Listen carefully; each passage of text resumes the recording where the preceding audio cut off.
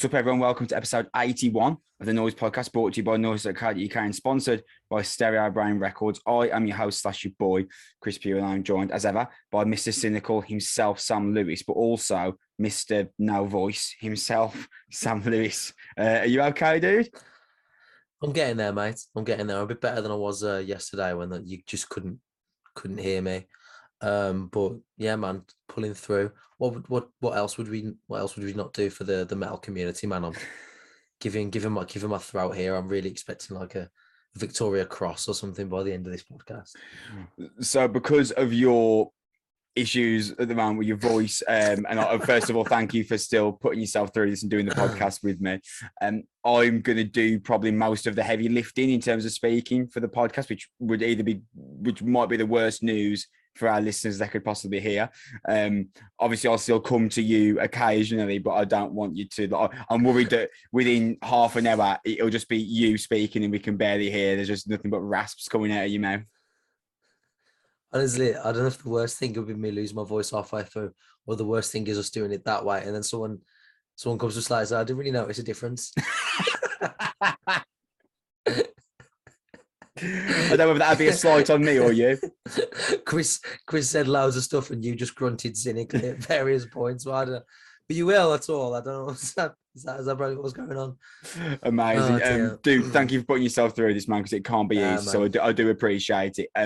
We are a fortnightly rock and metal podcast sponsored by Stereo Brain Records. We're available on YouTube, Spotify, Apple Podcasts, basically wherever you get your podcast, we will be there. The best way to support us is by subscribing, liking, or following, depending on whichever service you are watching or listening to us on. Follow us on Twitter at Noizze Podcast. Me and Sam both run that account and recently passed the very classic 666 mark for followers. That was a cool moment, and thank you to Metal Twitter for that. On this week's show, really not a lot going on in terms of news. There's only one piece of news that I really don't want to talk about that much, but I guess we can't ignore it because it really is in the metal zeitgeist quite strongly at the moment. More importantly and more excitingly than that, we are going to talk about Dying Wish's new record, Fragments of a Bitter Memory, and Wage War's Manic. As well as that, Kris Meets returns, and that is with Jim Hodge of the blackened grindcore band Mastiff. Their new record, Leaving the Ashes of the Earth, is horrible, but also a banger. I spoke to him about that and what it's like living in Hull. Kind of ethics behind writing the band. Loads of cool stuff. So make sure you stick around at the end of the episode for that. We're going to get into the news, Sam. I didn't really want to speak about it. I didn't want to give it the credit of talking about it.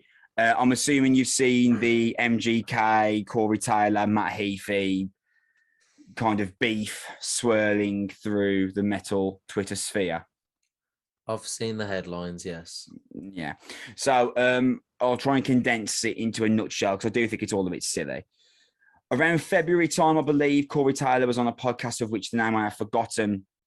He mentioned that he didn't like the way that rock was going and that he didn't like that there was an artist that failed in one genre and jumped over to rock. Obviously, that artist we could all infer was Machine Gun Kelly, who used to be a rapper, and now he is something, I want to say, an attempting pop punk musician.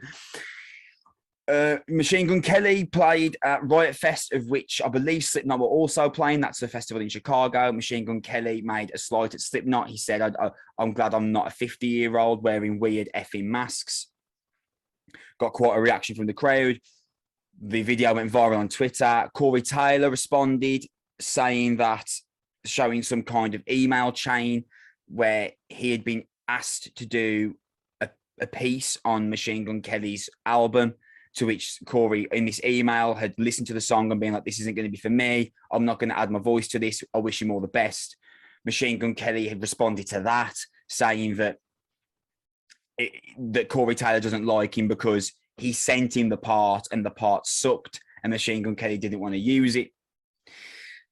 Then, recently, this weekend, Machine Gun Kelly played at a festival where SlipKnot either were also playing. See, I'm kind of loose on the information because I haven't really looked into it because I find it all a bit silly and embarrassing.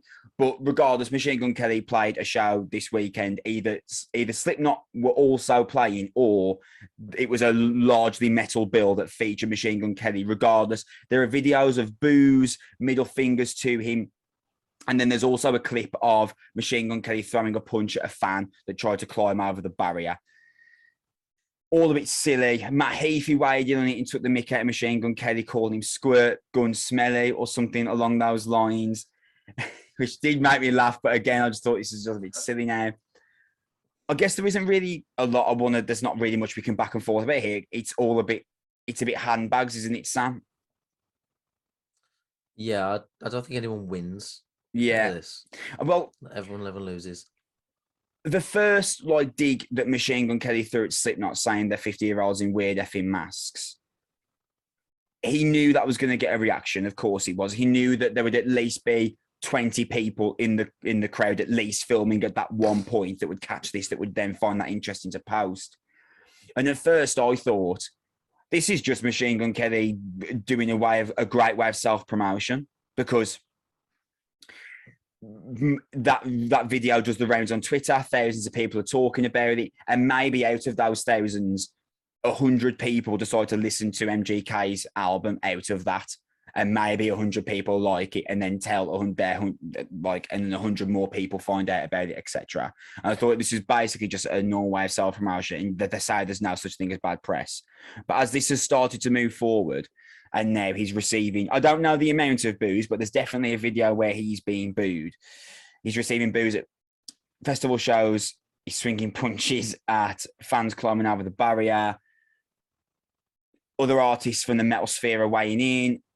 This is really, I just think that this is, apart from if you're a child looking at this and it seems cool that this guy is winding up the metal sphere, I think this is all really looking bad, mostly for MGK. And he looks bad enough with that album that he released in 2019. But this is, I think, quite negative press, if such a thing exists. I think it's embarrassing all around, isn't it? I also don't really think that there's any point in Corey Taylor or Matt Heafy actually getting involved themselves. I need to justify this sort of thing with a response. This is a person who is trying quite desperately to break in to a community, has found that the community hasn't particularly welcomed him over the last 24 months because his material is garbage, and he's trying to just insult it. Now, if Corey Taylor lent his voice and he got rejected, or he wanted to be involved, or whatever, he got sent in, said no, who cares?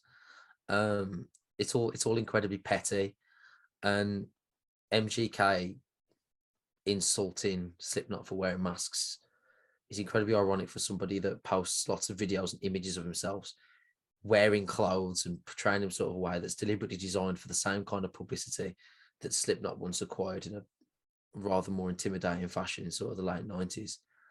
Rolling Stone nailed it. MGK, a man who dyed his tongue black, insults SlipKnot for wearing masks. Yeah, was their headline I saw the other day, and that kind of sums it up. Really, everyone's a hypocrite. But also to a lesser extent, the metal community can't tag this holier than thou, we're better than you attitude towards MGK if they're also joining in and laughing at him on Twitter and that sort of stuff. I don't think that helps anybody. Frankly, it's all a bit silly. Machine Gun Kelly's music isn't very good, and I believe that he's promoting himself in other ways to try and lift that up. Because if you're a SlipKnot fan, you are not by extension going to be a Machine Gun Kelly fan. And if you're a Machine Gun Kelly fan, you're not by extension really going to be a SlipKnot fan. I don't think those two worlds converge. So I don't really seem to see the reason why they should be interacting in the slightest, really. It just comes off as bad form all round for me. You mentioned the album there, and it's terrible. Yeah, it wasn't great. Now, one of the things that I saw people talking about with that record was that, oh, well, even if you don't like this album, look at what it's going to do for pop punk. Look at all the brand new eyes it's going to bring on pop punk. Dude, pop punk's never been in a worse situation, I don't think. Like, pop punk has got nothing. I mean, you pop punk you dislike as a genre anyway, but pop punk has got nothing going on at the moment. No new exciting bands. State Champs are going to release an album, I think, either at the end of this year or at the start of next year. I've got no doubt. For me, that'll be great because I love pop punk and I love State Champs. But outside of State Champs, the story so far, neck deep. There's maybe 4 years strong and perhaps someone else that I'm missing out. What's happening? Nothing's happening in pop punk. That genre is dying. no new exciting bands. It's not being spoken about in the zeitgeist at all. The genre is falling apart. Machine Gun Kelly's album did absolutely nothing for pop punk. It's a ridiculous argument to have begun with, because you're looking at a genre that has never attracted rap music fans, and then saying, look, why all these rap music fans start getting into pop punk because of this one person. It's like having like a popping a wheel while driving a car and being like, why till we use that melon to fix the broken wheel? Yeah. What are you talking about? It's not even going to do anything. If you're into Drake and Kendrick Lamar and whatever, at what point are you being like, story so far, cool? There's no line of delineation. There's certainly not one that MGK is going to build. It was always a flawed argument to prop up somebody's already pre-agreed support for somebody. That's all it is. This is what it is in terms of pop punk and MGK and this whole scenario.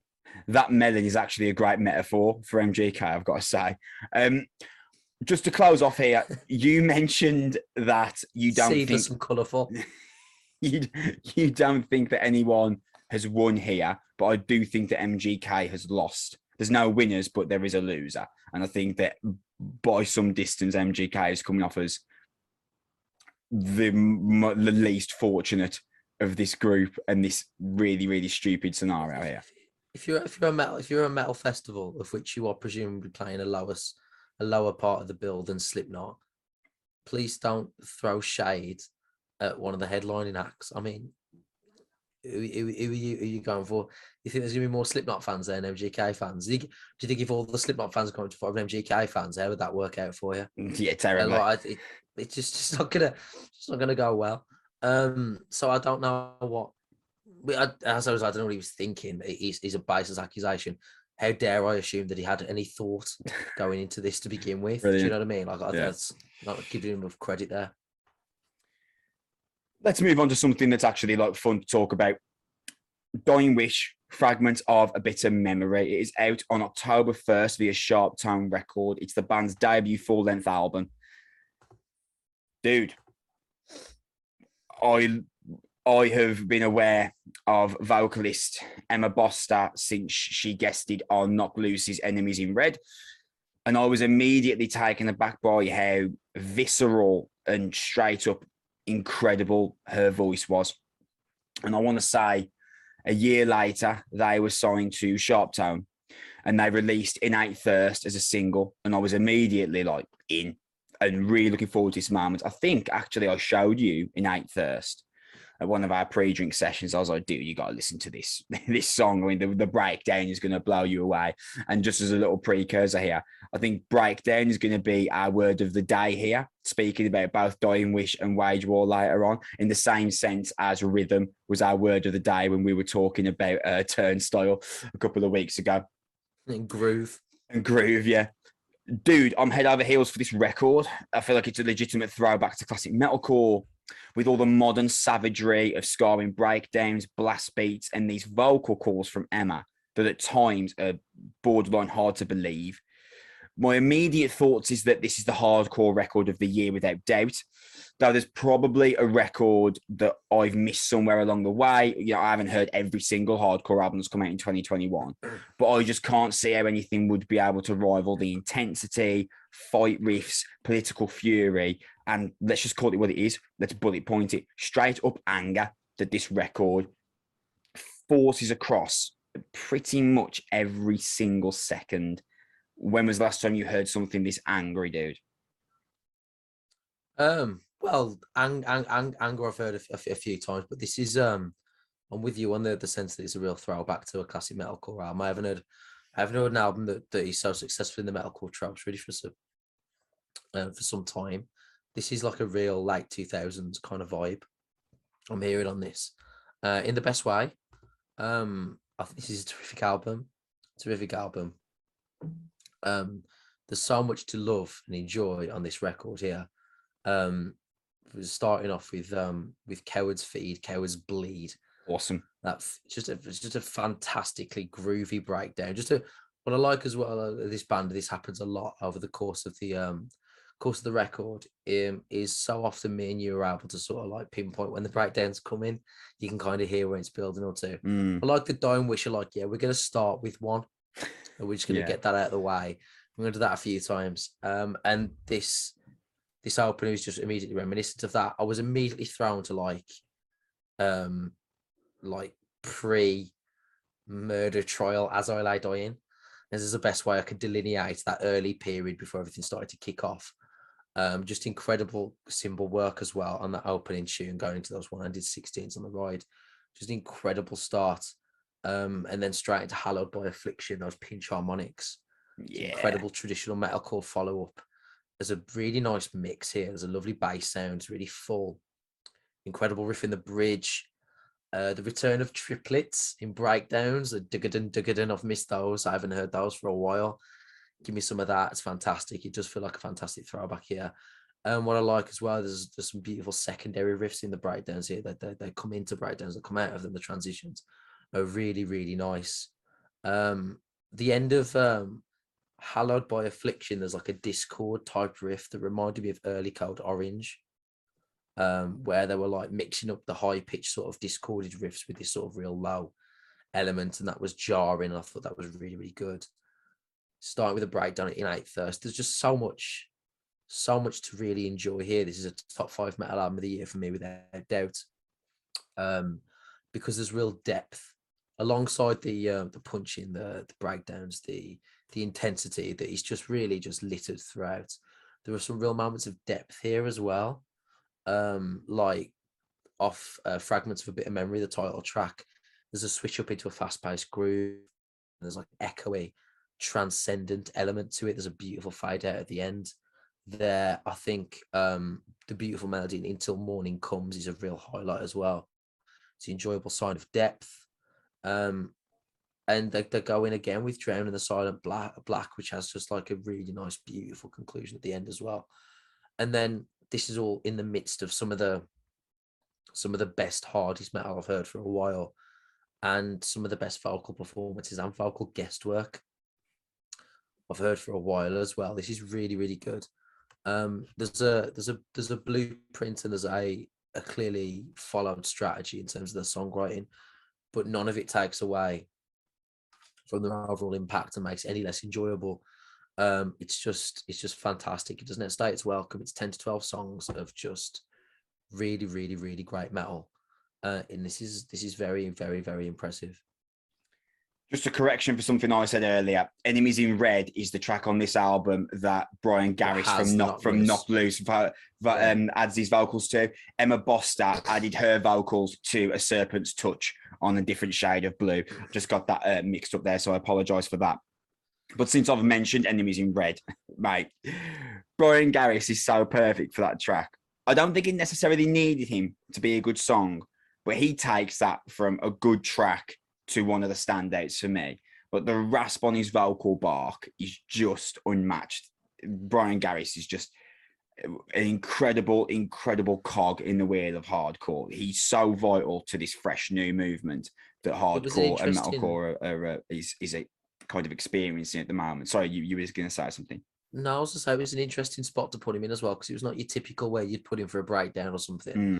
It was like in the middle of this sort of like kind of chorusy type section, kind of middle eight feel that wasn't really a breakdown on its own, but he really, like you said, he took that into a different gear, man. It was really fantastic. In 8th Thirst is a track that's been out for a while, but it's kind of, I can't not talk about, like most people that are listening to this review, if you're into Dying Wish, you would have heard In 8th Thirst several times, even though the In 8th Thirst that's on this record is of a slightly different mix to the In 8th Thirst that was released purely as a single a year ago. Regardless, my favourite breakdown of the year is on that song. The little run that goes, I'll seal this message with my blood and a bullet. Yeah, it's fantastic. When it all comes together, it's so stunning. And there's an unbelievable little bass running it before the final riff comes back in, which I think is so awesome. Every time I hear that breakdown, I feel like it just goes harder. Agreed. That's something that this record does really well. The pace very, very rarely lets up. Like Severing the Senses comes in just after an 8th verse, and it picks up exactly where an 8th verse lets off. Like lyrically, this album is so harshly delivered. Emma's kind of torment as she goes through these really dark, grazing lyrics. I think one on Severing the Senses even mentions the word torment. It goes, I cannot escape this torment granted by the hand of a coward. It's direct. It picks at the skin. It really matters. And the depth to Emma's voice is something that I have to kind of discuss here. Saw that she put a tweet out a couple of days ago saying, I know you're moaning about me singing a bit on the new record. I thought it'd be good. There's no reason for anyone to complain about Emma's melodic vocals on this record because they're great. They're really good and they're fit. And they don't feel like they were chucked in last minute because, oh, should we add some melody? They legitimately fit. She's a fantastic, fantastic vocalist that has a very fascinating range, the kind of range that can make you excited about where Dying Wish are going to go. Do I always think Dying Wish are going to be a hardcore band? Not quite to this extent, because they don't need to be. I think that there'll always be elements of hardcore to Dying Wish in the same sense of there's always going to be metalcore elements to Architects, but Architects aren't limited to metalcore with Sam, and Dying Wish aren't limited to hardcore with Emma, because Emma's got this fantastic, fantastic range. Speaking of which, did you find any kind of issue with the range of vocals that Emma used on this album? I found zero. I thought it was all brilliant. No, I had no issue with it whatsoever. In fact, I was glad it was there, because I can't deal with just 12 songs that sound exactly the same. Yeah. You need to have a bit of depth. You need to have a bit of expansion. And it was also there was really nice balance, where you had circumstances where the vocal melodies really sort of transcended the song and the riffs changed. It wasn't like you said, it's not like being shoehorned into something that makes it sound sort of weird or juxtaposed or anything like that. It was really sort of fit in, and it was perfectly applicable to what she actually was trying to do. I think when it's really good, it's really, really, really good here. And like, I want to talk about Until the Morning Comes, because Brilliant. number one, what an introduction for a song. Yeah. If you're a metal fan, you're a hardcore fan, okay, you get the breakdown to open, which is tremendous. The tempo, mate, is amazing. Yeah, flicks into a thrashy metalcore section, which is fantastic, and then you get this beautiful melody at the end that really carries the conclusion of the song. Now, if I just got the first two bits for 2 or 3 minutes, it's a 7 out of 10. You know what I mean? Because I've heard the thrashy metalcore stuff before. I've heard breakdowns that open. I've even heard that type of breakdown quite often. But when you combine the whole package with this additional bit of melody, that gives it that depth, that additional texture that for me stands out. And we talk about this all the time, but there's no coincidence why after 2 or 3 albums, bands naturally start earing towards melody. Because once you've done 2 or 3 albums of just hard and heavy, you know, you've kind of explored enough. You know, you've reached the corners of that world. You've looked in every nook and crevice. How many conceivable breakdowns can you do without anything to come out of? You need the contrast. You need light to make the dark look dark. You need darkness to make the light look brighter, and that's how it should be. And I think that this is a fine example of that. Like you said, it's not like she's bad. I mean, like, she can sing, and she can sing well. Yeah. And she can also sing in a way that doesn't detract from the overall song at all. It actually fits in quite nicely. She's got quite a nice voice. It's quite like quite a sad, sort of melancholic tone to her voice. So I think actually gives it real depth, because she's not talking about, you know, things of great positivity in her lyrics or anything like that. And I think it gives it a bit of depth. And I actually think a lot of bands that we've reviewed this year that just are on one side of the train tracks in terms of songwriting could have really benefited to stepping over to the other side. And I admire their bravery. You talk about depth. I mean, there's parts of this record that I was like, oh, I'm picking up some Svalbard here. I got that on Now You're Rot and Until Morning Comes. And I think it's on Severing the Senses, actually.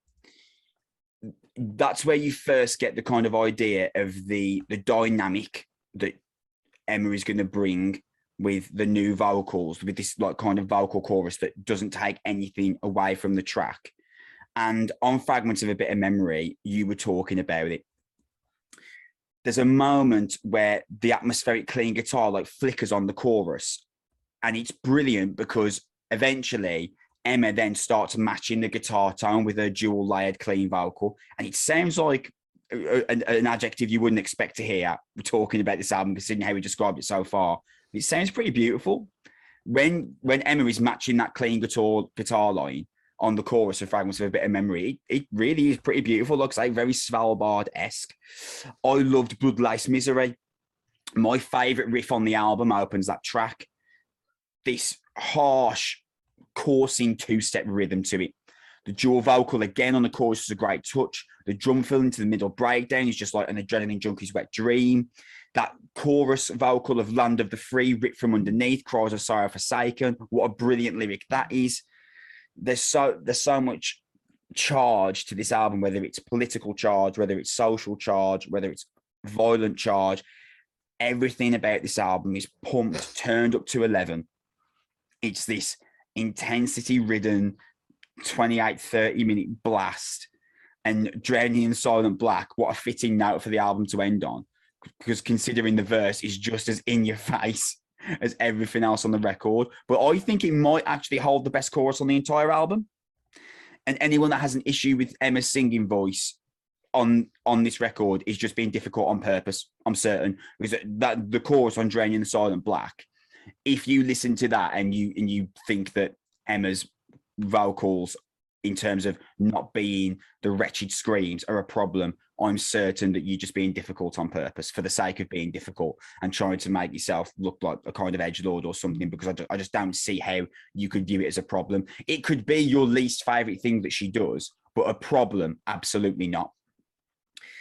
I think that this record is something that me and you will look back at, Sam, in the same vein that we look back on Alpha Wolf's A Quiet Place to Die. Maybe not to say that you would prefer this or think this is as good as, but in the way that we listened to A Quiet Place to Die and we tapped everyone that we knew on the shoulder that liked hardcore and was like, have you heard this album? One of them being our best friend, Leon. We're going to go to him on October 1st when this is out and being like, chuck Dying Wish on in your car. You're going to love it. It's going to be your thing. You're going to want to listen to every song. It's going to be your go-to album in the gym. I think that's what this record is going to be. Me and you will go around and tap everyone on the shoulder. We now listen to hardcore and be like, have you heard this? You should hear this. If you like hardcore, this will be your favorite album of the year. I think this is a fantastic, savage, brilliant, heart-stomping kick to the face of just blasting anger. It's an amazing record. So in love. This album will beat the shit out of you. You'll love it. Chris Pugh. Yep. Nothing but bruises, cuts, and broken bones after listening to this. Amazing. Love it. I'm in. Before my interview with Jim Hodge of Mastiff comes in, Sam, let us finish with Wage War's Manic. It is out on October 1st via Fearless Records. It's the band's fourth album and the follow-up to 2019's Pressure. We have mentioned this a few times on the podcast before, Sam, but let's just do it again, just in case this is someone's first ever time of listening to us. I want to say 4 years ago, me and you, big Wage War fans, thought that I believe the record was called Deadweight. They released in 2017. Me and you, welling. I was welling previously because Blueprints is a great metalcore, a great modern metalcore record at least. Then we saw them support While She Sleeps. And we left and were like, they're going to be massive. That was the first time that we'd seen them. And we were really convinced because regardless of what you think of Wage War's musical progression, they're one of the best bands I've seen live in terms of recreation of their sound. They sound fantastic live. They're fantastic live. And then, Sam, they released Pressure in 2019. And the tempo did seem to be very, very much halted. Not removed from the train tracks completely, but very, very much halted. Now, I think band evolution is always important, and we discuss on this podcast at great lengths how important that evolution is. But equally, Sam, and I think this gets lost in the conversation sometimes, I think the timing of the attempt at evolution is just as important as the evolution itself. Would you agree? I think that's a fair comment. So just for me to go a little bit further on that. if we look at Parkway Drive, Architects, and Bring Me the Horizon for a moment, because those are the three bands that evolved out of, let's call it metalcore, and became something bigger, and it didn't lose anything. It was just a different form of them, but equally as great as what we've heard before in some areas. Not all, but in some areas. So let's look at Parkway Drive. They timed their evolution perfectly. It was clear after listening to Atlas that they had taken their form of metalcore as far as they could. I think the same could be said for Bring Me the Horizon when they did There Is a Hell. I know that Sempiternal, some people would call that a metalcore record. I personally think that's a metal record. And Architects with Holy Hell, we've discussed Holy Hell before. There was nowhere further for them to go. I genuinely believe that. I believe that is the closest metalcore will get to a perfect album and has done real great things for their career.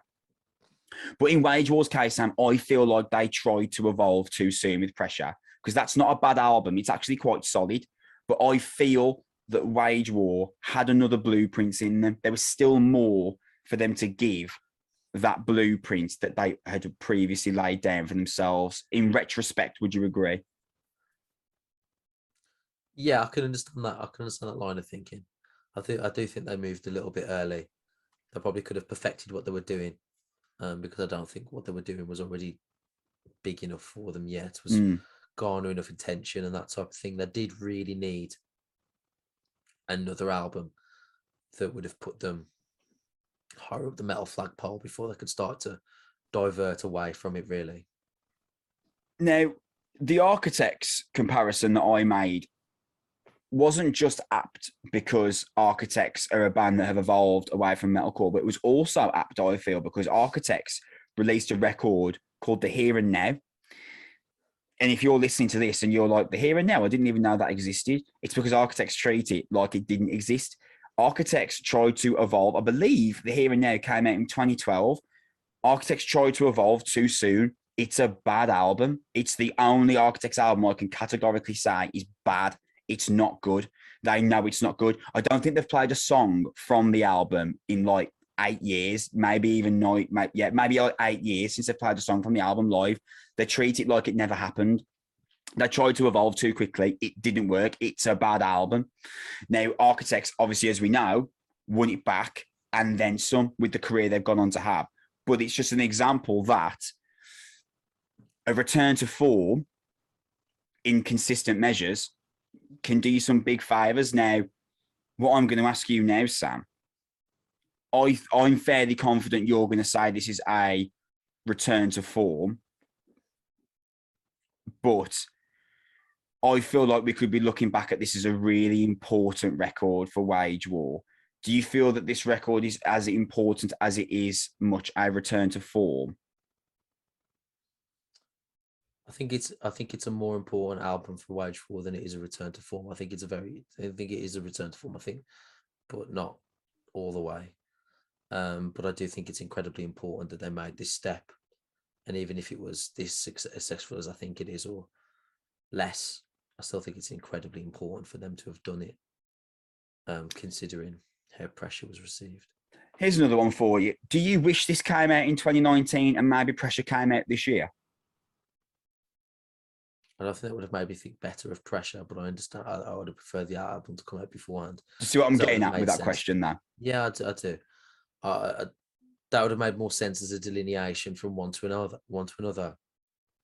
But I don't think that makes Pressure necessarily a better album. No, it doesn't. Do you know what I mean? So I think this is an album that actually makes a bit more sense as a follow-up from the 2017 record, which is good, and this is good. It is good. This is pretty great, Sam. This furthers Wage War's ability to write a sick hook and breakdown within the confines of modern metalcore. And this record has made me think that possibly it's not too late for them to eventually fulfill the potential that they seemed full of in 2015, 2017. I'm not saying it's definitely going to happen, but I feel like the odds are more likely now than they were, or at least seemed 2 years ago. You said you think this album is good. Is that where you would stick your flag, or would you go any further? I think it's good with 2 or 3 great songs on it. Yeah, but no, I wouldn't go farther than that. I think Wage War have correctly looked at themselves and realised that their peers should be counterparts and the ghost inside rather than a day to remember. I think that's where they've correctly realised that their strengths lie. Ironically, after me saying that I think this is a good album that is in parts actually great, I do feel like the worst song Wage War have ever written is on this album. Which one do you think I'm going to go for? Is it The Last Goodbye, Kris? Never Said Goodbye. It's not Never Said Goodbye. It's the title track. I think it's the worst song they've ever written. I find the kind of hip hop bass loose so jarring. I was thinking of that, but I also thought it was strange. The verse was so odd, but it was actually rescued a little bit by the heavier chorus that came after. The heavy chorus is awesome. You are right, but I'm so put off by the verse. I can't be won back over. What is happening on that verse? Hey, you know what? Yeah. Take these chances. Take these chances. You know, I respect that.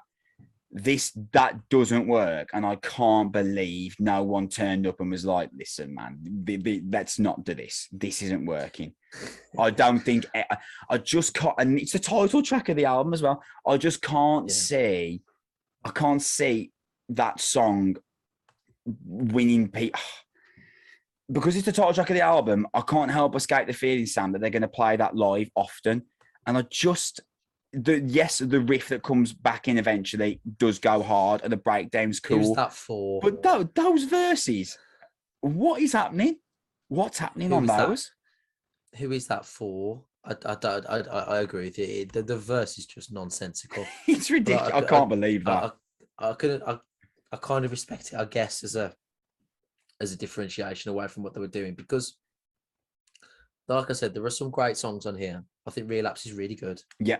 I think High Horse is really good. Yeah. I think Circle the Drain is perfectly okay. And I want to just a separate few minutes to talk about Death Roll later on its own. Yes, let's do that. But there's a bit of Beartooth new record here because unfortunately, like Godspeed, Slow Burn, Never Said Goodbye, and True Colours are all much of a muchness. They all follow an identical structure, to the point where even the choruses are really in the same key. You know, it's almost the same melody. And if I wasn't paying such close attention for the review, it does get a bit dicey trying to differentiate between some of the songs sometimes. So I will say that. I also think that obviously there's some risks that I take that doesn't necessarily work out, but there is enough here that's incredibly, incredibly positive. And if they're playing 3 or 4 tunes off this, when they play live, and it gets you back, because if you're a Wage War fan, Relapse, High Horse, and Death Roll are 3 of the better songs they've released in the last 4 or 5 years. And if you like their contemporaries, like Ghost Inside and things like that, this is of that ilk. It's certainly better than anything that Beartooth have brought out. Yeah. And A Day to Remember have brought out in the last 5 years. In fact, if you combine the best elements of A Day to Remember's last album and Beartooth's last album, this is still better than that. Although that's probably more of a criticism of those 2 bands than it is a praise of Wage War in itself. But that's a separate. No, it is better than what. It's a better version of what we've heard other bands try to be. Do you know what I mean? Yeah. It's more successful in meeting that sort of requirement. And I'll bring it in. Death Roll, that might be the best Wage War song they've ever written. It's definitely in contention. I think it's the hardest song they've ever written. If it's not, then it's top 3. Where do you begin? It's just, I'll begin with the fact that I thought it was After the Burial for about 30 seconds at the start.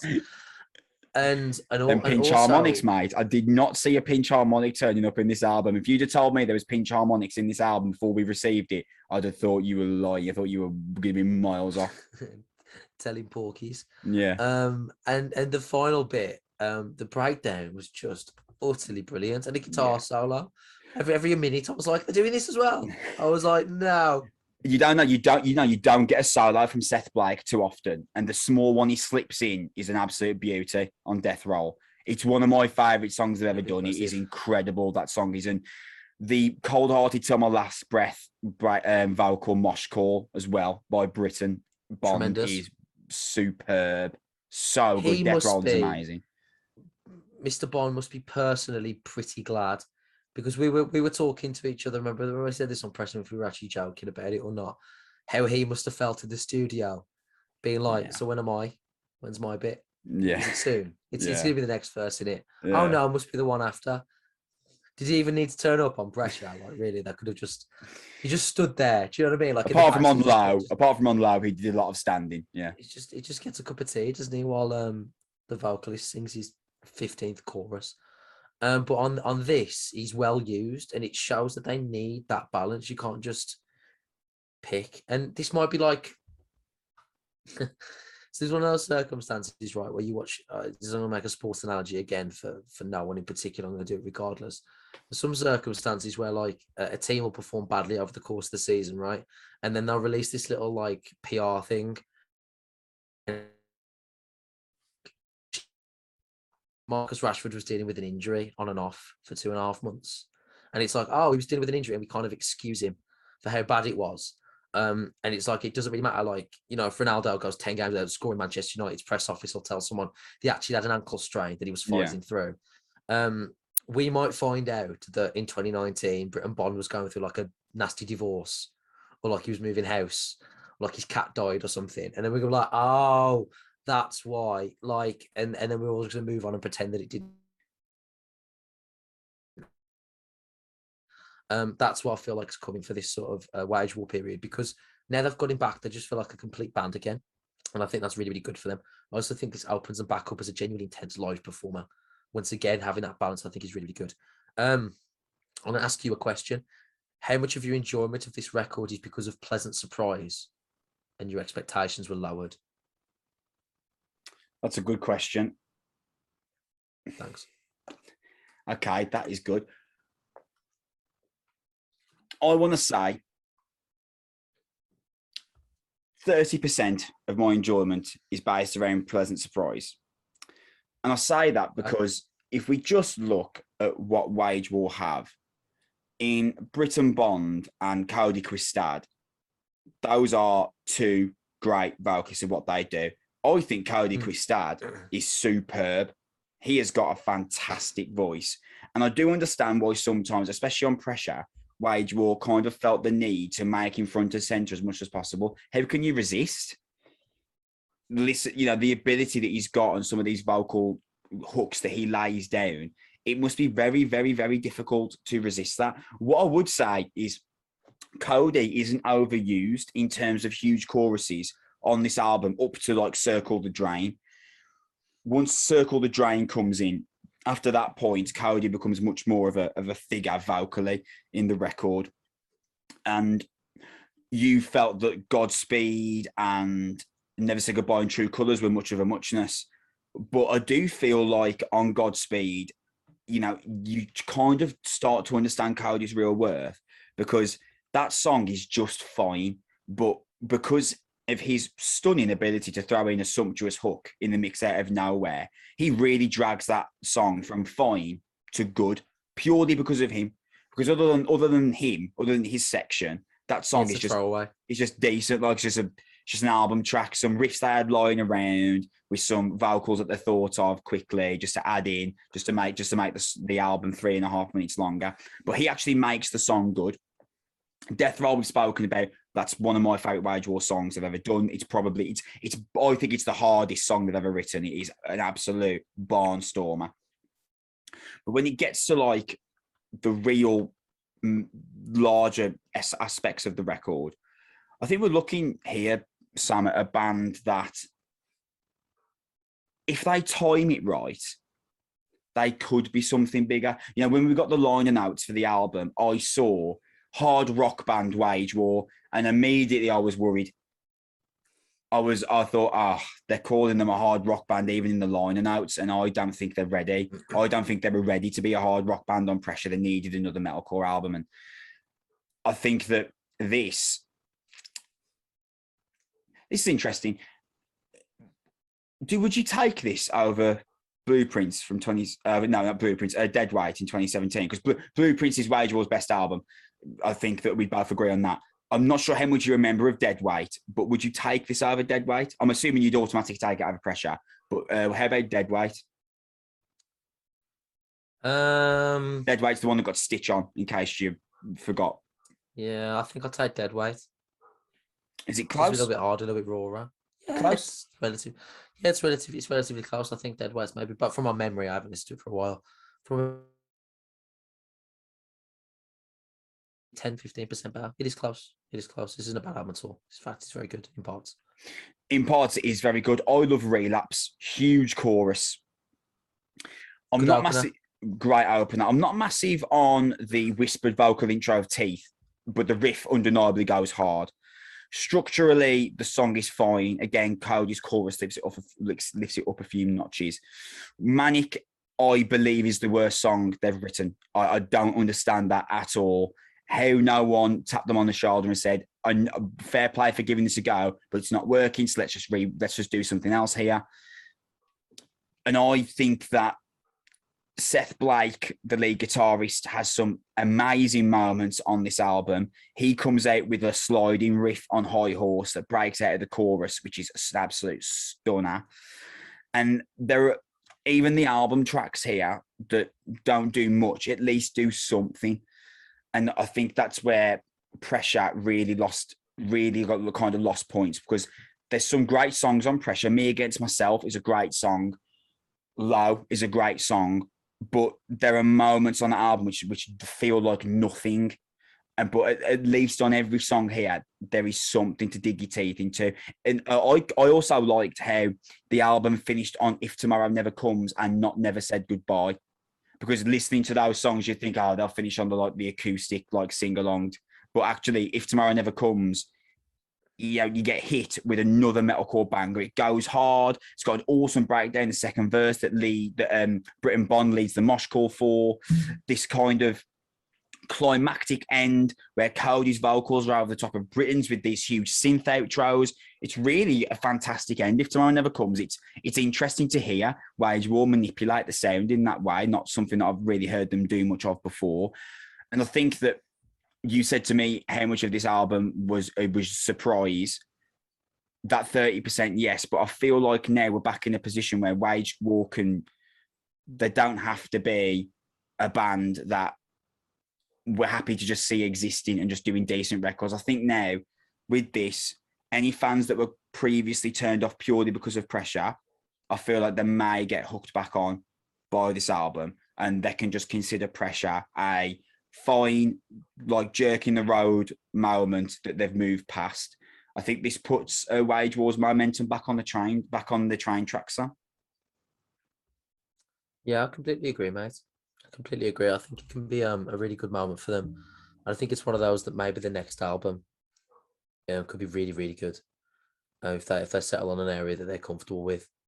And I think they've refound the blueprint that could be successful for them, because there were some really great moments on this, and clearly there's been a bit of self-reflection in terms of the songwriting process. And I think that's going to pay them dividends down the road. That is where we are going to leave off episode 81 of the Noizze podcast, just before my interview with Jim Hodge of Mastiff comes in. Thank you so much for listening. We are going to be back in maybe, let's have a look here. Let me just set the dates. I'm expecting / hoping the Trivium new record will turn up for us. So, depending on that, if we get the new Trivium record early, we will be back next week. If not, we will be back on the usual fortnight schedule. Regardless, give us a subscription, a like or follow, depending on whichever service you are using. Follow us at Noizze Podcast. Me and Sam both run that Twitter account. For now, my interview with Jim Hodge from Mastiff comes up right now. Don't go anywhere. Me and Sam are going to get back in hopefully a week's time, depending on when we get Trivium album. If not, we'll be back in 2 weeks as usual. Love you very much. Thank you for listening to the show. We'll see you soon. Bye. So now joined by Jim Hodge, vocalist in Mastiff. Mate, on a Sunday evening, thank you for your time, man. How are you? I'm all right. No problem at all, bud. Mate, you've just told me you're off to see Black Tongue, which is awesome because I'm seeing Black Tongue next Sunday. So I am not going to keep you around waiting, mate. We're going to get right into the interview here. No problem. I think great art makes you feel something right. And in regards to Mastiff, do you think it's not easy, but maybe easier for you to get an emotional result out of your fan base or listeners because you're retelling personal experiences? 9 times out of 10 it is. But you know, it's up to the individual to get to show a response in whichever way. So so there is a lot of personal stuff with me in the music or in my lyrics, but because it's so personal, I don't, you know, I'm doing it as a cathartic thing. So if somebody else finds something in it, it's great. Is it, when you're writing for yourself, is that, when you get in that headspace of writing and it's purely for your own perspective, does that help you in terms of getting over things that may have bothered you in your past, to hit those past experiences head on and put them on paper? Yeah, I don't know. I've never thought of that, but yeah, I suppose yes, it does. I just write what's in my. Do you know what I mean? I don't intentionally set out to write stuff about certain things. Right. I just got. There is a lot of stuff in, you know, in past experiences, life, whatever, that, you know, lend itself to, or not lend itself to writing, lends itself to getting it out. I mean, it's very, yeah, I don't know. I've never really thought of that. It's not, yeah, I just write what's in my head. I don't, like I say, I don't intentionally set out to go, right, this song's going to be about it. Just because that's the way we write. There's, you know, we all sit in a room and they write the music, and then I'll sort of come up with ideas or noises, and, you know, like people, whatever, they make noises over the top of it, and then they get the lyrics, which is how that happens, really. But I do, yeah, there is certain ways of doing it, I suppose, and yeah, I will. I don't know. I'm waffling a bit, but yeah, I suppose. No, I'm getting you.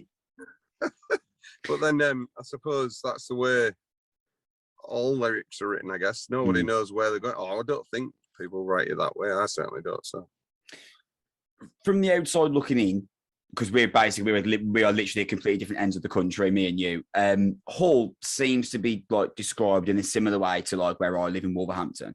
Like there's potential in the city, but we're kind of just like forgotten about and ignored. And the powers that be kind of just hope we just get on with it.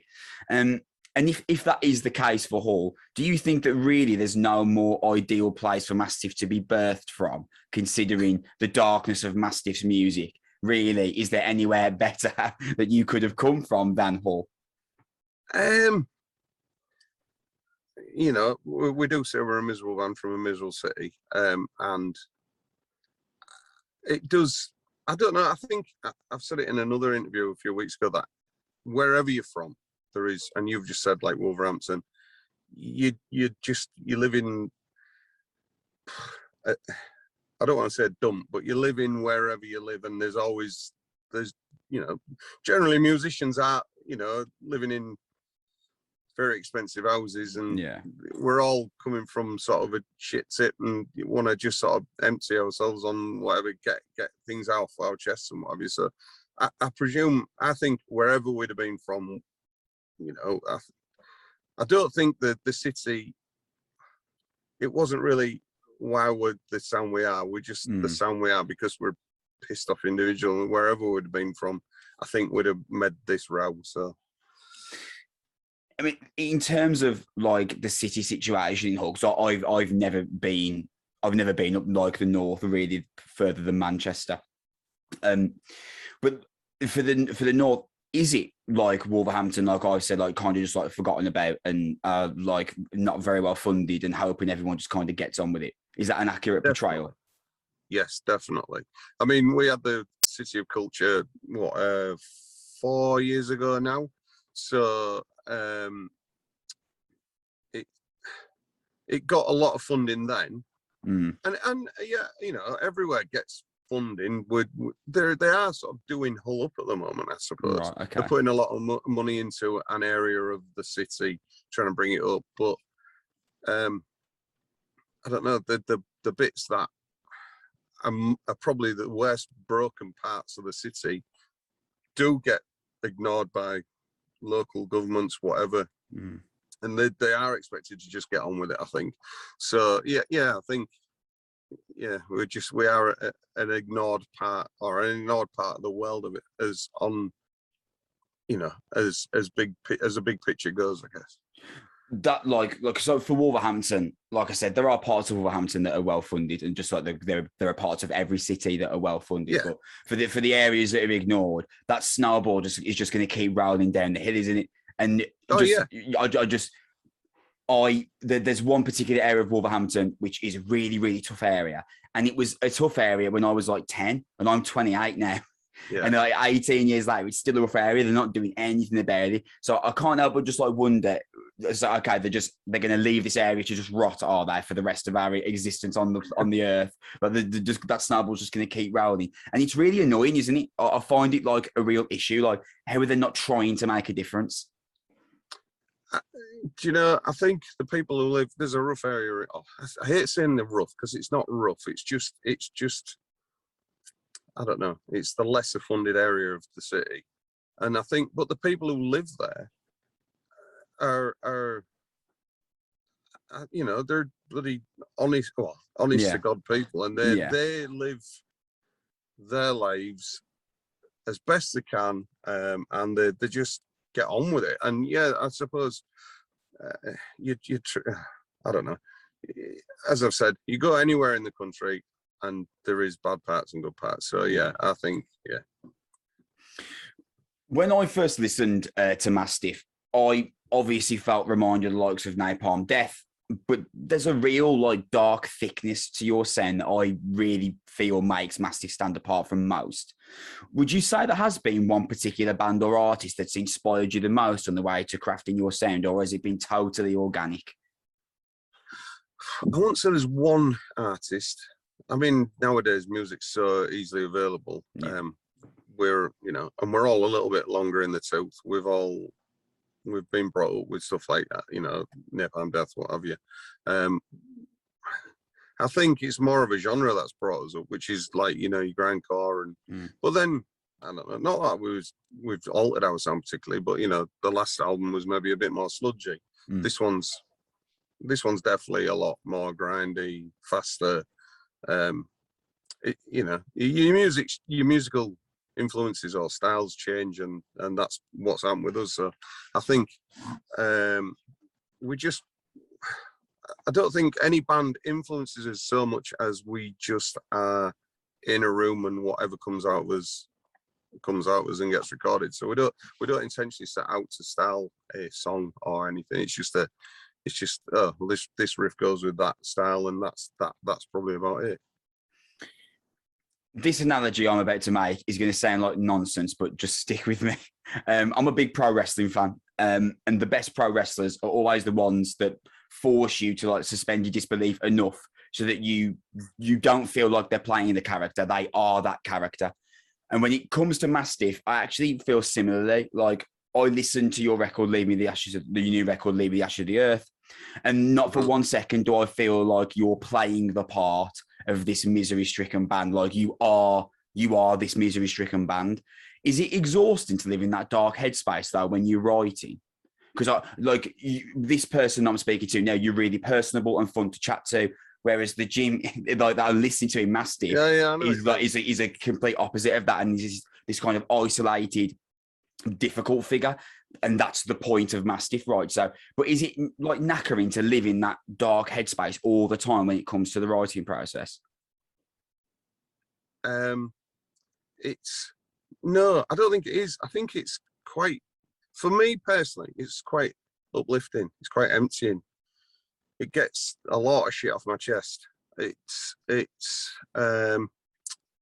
So a little bit of my history. I lost a little boy at 5 days old, and that really, you know, once you've lived through something like that, you everyone has shit days, but shit days are just shit days after that. You know what I mean? You're like, oh well, it's never gonna. You're never gonna. Well, you'd hope you'd never, for want of a better word, beat that. Yeah, you'd never have a worse day than that one. Yeah. Yeah. So for me personally, no, it's not.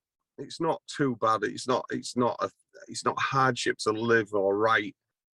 Those sort of things, they just drop out of me. You know, they just fall out of. And I think that's why probably people, you know, find it genuine, because they are genuine. You know, they are genuine emotions. You're right. But it's not a hardship to live with it once you've been through a proper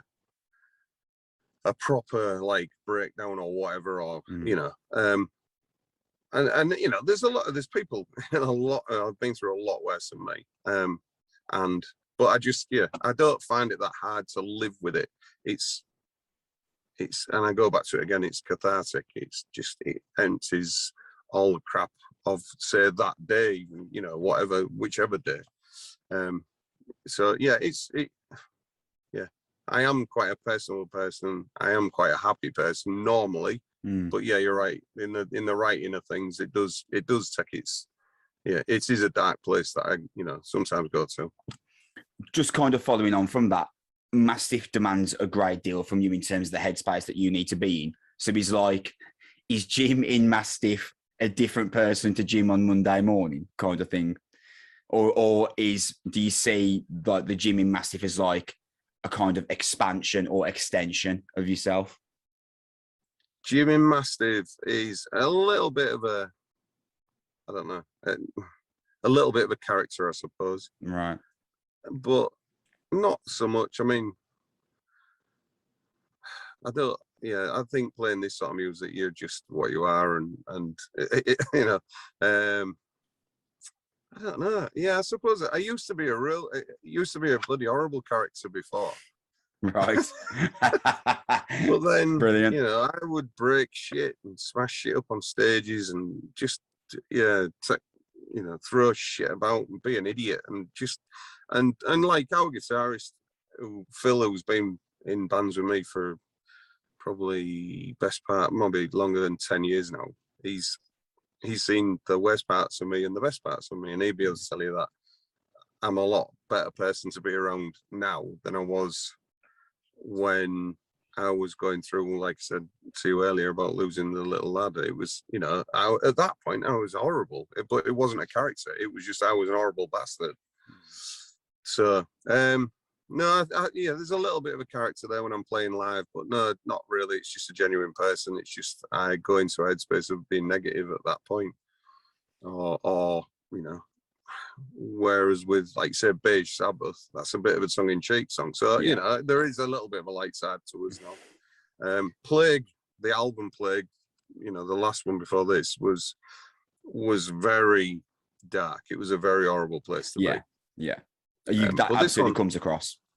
Yeah, but this one is not light-hearted, but it's not, you know, it's not as miserable. It's not written from such a miserable place as that, you know, as Plague was. So just something that I found interesting when you were talking earlier about your on stage presence, how you used to be someone that would like cause like quite chaos in terms of damage on stage. Was that something that you felt was kind of demanded from you because of, you know, we think of grindcore, we think of punk, and when we think of punk, we think of like 70s and 80s and the 60s and the chaos that punk was.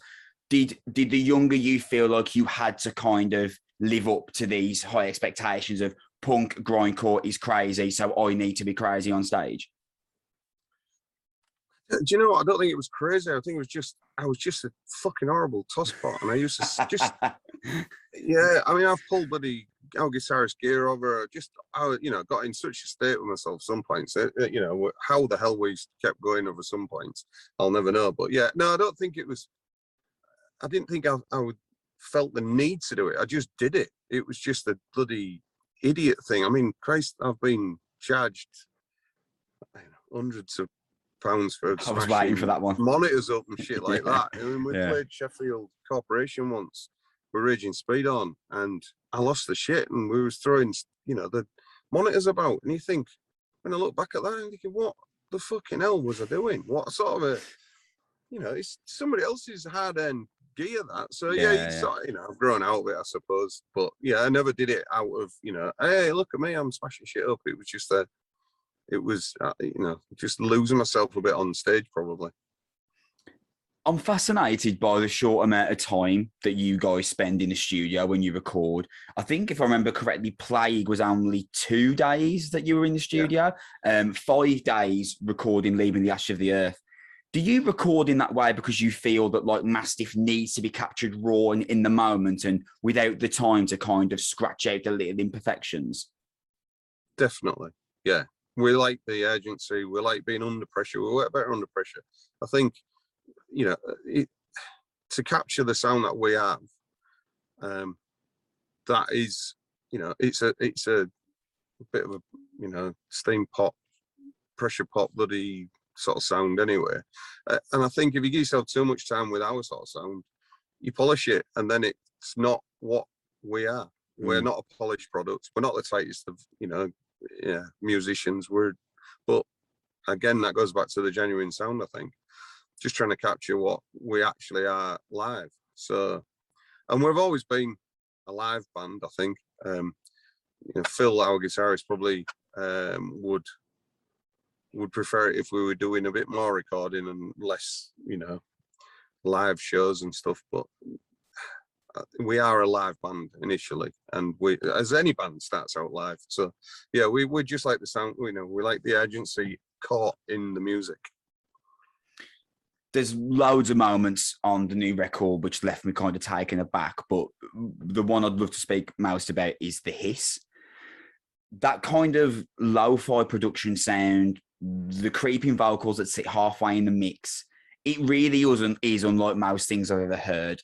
Whose idea was it to create the track in that vein? And when you heard the final mix back for that track, was there a sense of like jubilation that this kind of really weird, outlandish idea had actually worked so well? Because I love that opening. I think that opening is brilliant. Well, you can thank Jam for that, our other guitarist. He's had that in his head since probably Plague was written. We just couldn't capture it before, not that we wanted to capture it prior to this, but trying to throw something together like that in the space of a day when you're recording a full album, it wasn't going to happen. So yeah, when we said we booked 5 days, he was like, right, I have had this thing in my head, and I think this is the opportunity we want to do. He's had it in his head, fully written. He knew exactly what he wanted, exactly the sounds, everything. And then Joe Clayton, who produced it, he threw a few little things in there, but there's a thing called the Nightmare Box, which was this horrible little weird amp that did quite a lot of noise on that. But then Dan, our bass player, he's a big noise, bands. He likes sort of not industrial stuff, because it isn't, but he likes things like Sun and whatever like that. So okay.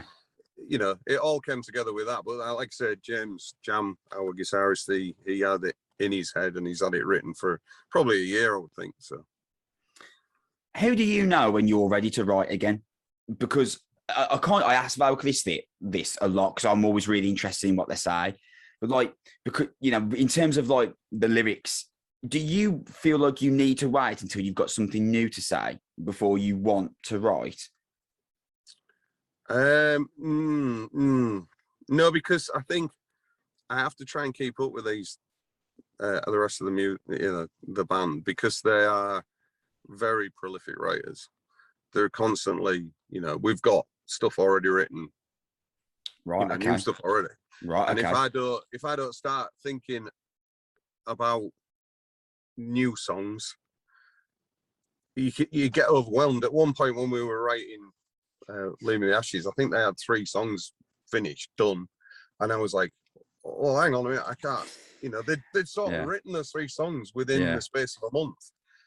We only practice once a week, and it's like, well, hang on a minute, I have to catch up with what I am saying, and that goes back to what we said originally. That I let the song write itself, and the lyrics come out, and then you go, all right, this is going towards that idea in my head, or that theme or whatever, and then that writes itself. So I don't think I'm ever not ready to write. And I think again that goes back almost to the other part, that where the pressure, under pressure we work better, and I think that's why I have to, you know, you can only write lyrics so much under pressure. So you get a rough idea, and then you go, you know. But I'm always writing. I've always got stuff, you know. My phone's always out. Anything that I think is catchy, or not catchy, but anything that works lyrically wise, or a sound or whatever, it'll go on my phone. And so I'm always referring to stuff that I've, you know, every day I'm writing some shit. You know, 90% of it probably gets binned, but you can't, you know, if you don't write down everything, it comes to the end of ready for the time to properly record, and you go, oh shit, I've got them out. So, well, it sounds like you can't afford to ever get writer's block, right? Because if the band write as often as we're talking, like you've already got stuff written for whatever comes next, it sounds like you can never afford to ever get writer's block, which you just said you work better under pressure, and that's a lot of pressure to constantly be under. But then I think because I'm writing stuff constantly, you know, I don't think, you know, I do get writer's block. But then also, so Leave Me the Ashes, there's a couple of tracks on there that like Phil wrote lyrics to, or assisted, or whatever, you know. So it is becoming, it's not quite as pressurizing for me, because everybody's got an input on everything. I write, well, I don't write, but we all, because we're in a live environment when we're writing, I'll have an input on everything, you know, music wise, and they'll have an input now on lyrics, because it does, you know, at the end of the day, it's their band, you know, it's their, well, how the hell would I put it? It's their band to write lyrics for. If they've got something and they want to get rid of, then, you know, by all means, I'm not that precious where I'm like, oh no, I'm not bloody writing this, because we split. You know, if you look at any of the things, it's never so and so wrote this bit, so and so wrote that bit. It's just Mastiff wrote this. That's all it is. It's just 5-way split. So I don't think we'll ever, you know, go into the the Black Sabbath route of, well, I wrote that, so you can only have that much money, and blah blah blah. You know, I think we prefer to stand by the Huey Lewis sort of idea of it, where you know, they are generally share the writing credits, and you know, so waffling again. You've got a gig to go to, so I'm going to ask this last question. I'm going to run through a little bit of a quick fire round with you, and then I'm going to let you go, mate. If Plague was this record that was written about kind of the destruction of social media and the worst parts of social media, is there a primary message to Leave Me the Ashes? Because just as my own interpretation as a fan, as a listener, I feel like Leave Me the Ashes is quite open-ended and quite open to your own interpretation. I'm just curious if there is one specific idea that you definitely wanted to get across in that record. No, there isn't. There's nothing like, I mean, almost, you know, Plague was almost a concept album. We've said this, so no, I think this one is a lot more, you know, like I said, Beige Sabbath. It's quite a tongue-in-cheek song, I suppose. As far as we go, no, I think it's you take away from this album what you want to take away. We're not a political band. There's a couple of political songs on there, but nothing that you couldn't then, if you want to read it one way, you know, anyone can read a song. And I like that, you know, like yourself, you get out of this what you want to get out of, because I know what I've put into it, and I wrote it, and these things that I've written about are personal still.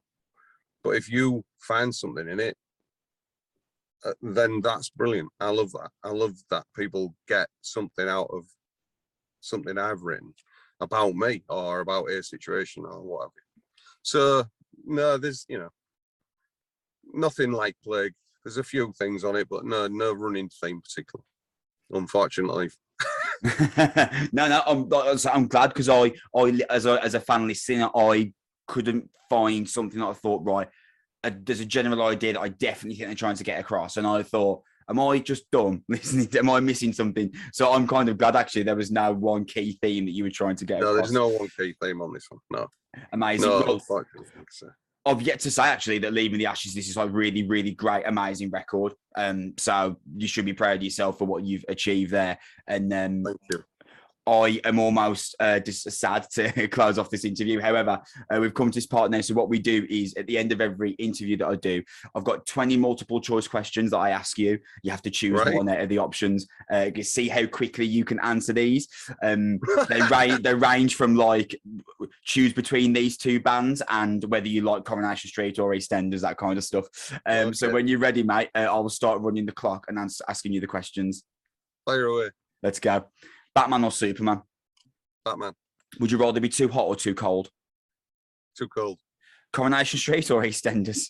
Neither. Your favourite band? Pearl Jam. Awesome. The best time of the day? Morning. Early morning. Your favourite non-musical hobby? Fucking hell. They are hard.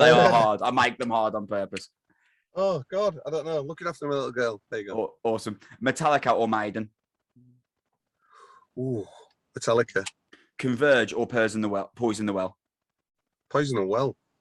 Your favourite album of all time? God almighty. You're doing really well so far, so don't worry about the time. No, I don't know. Favorite album of all time is Master of Puppets. Awesome. The hardest Mastiff song to write for you personally? For me personally? Yeah. Oh God. Black Death. The best live show you've ever seen? Oh God. Black Tongue Tonight. the best live show you've ever played. Oh God, Deftones. There you go, Deftones. Actually, awesome. I love that. What about the best show you've played? God.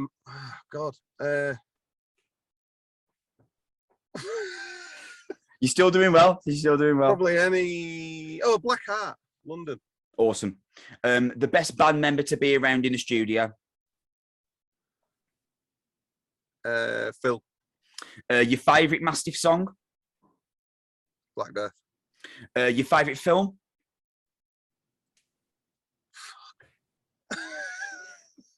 Oh God, what did I go to? Star Wars. Awesome. You can only save one: Bruce Willis or Tom Cruise? Tom Cruise. You can only save one: Sylvester Stallone or Arnie? Oh fuck. That's a tough one. Arnie, I think. Tea or coffee? Coffee. AC/DC or Guns N' Roses? AC/DC. And finally, the best advice you could ever give someone? Don't be an horrible cunt. That's good. That's good advice. That is the best advice you could ever give someone. Jim, this has been a real pleasure for me, man. I love Leaving the Ashes. It's such a great record. This has been so cool. Thank you for your time, man. Enjoy Black Tongue tonight. I can't wait to see them next Sunday. And I hope that I do end up catching you guys in Manchester at the end of this month, man. Thank you. Yeah. Next month, sorry. Thank you so much, Jim. This is awesome. No problem. Thank you ever so much. Cheers, dude. Have a good one.